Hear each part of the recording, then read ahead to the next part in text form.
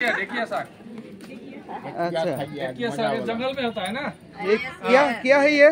ढेकिया ढेकिया ढेकिया। हाँ। ये कहाँ मिलता है ये? जंगल में। अच्छा, ये जंगल में मिलता है।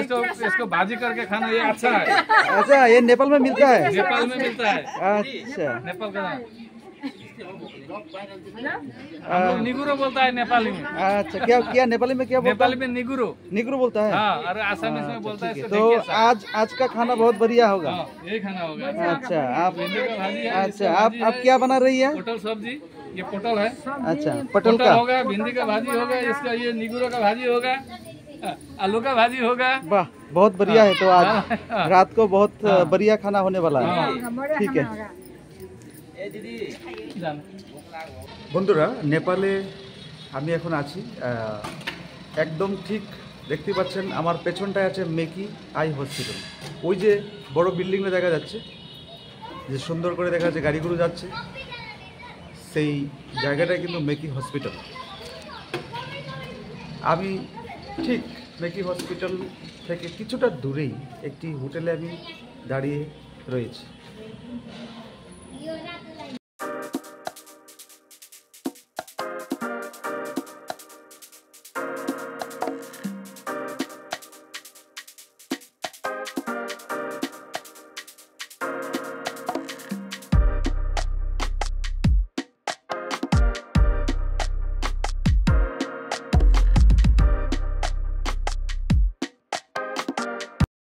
এখন আপনাদেরকে বন্ধুরা দেখাচ্ছি আমি নেপালের হ্যাপি ল্যান্ডের ভিতর দিকে এই জলধারা।